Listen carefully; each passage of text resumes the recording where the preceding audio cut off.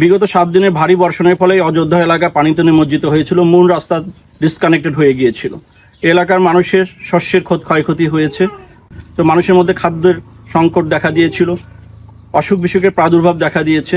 তো আমরা এই দুঃসময়ে সীমান্তবাসীর পাশে 40 বিজিবির পক্ষ থেকে খাদ্য সামগ্রী, কৃষি চারা বীজ এবং অসুস্থ ব্যক্তিবর্গের জন্য মেডিকেল ক্যাম্পেইন সহযোগিতা নিয়ে এসেছি।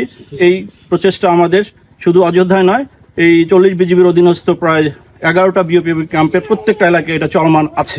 বিজিবি অতীতে সীমান্তের দুর্দশাগ্রস্ত মানুষের পাশে ছিল, এবারও আছে, ভবিষ্যতেও আমরা থাকবো।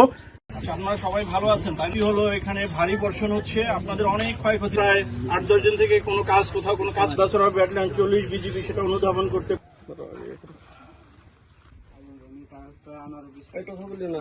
ওষুধ পাচ্ছেন ঠিক মতো?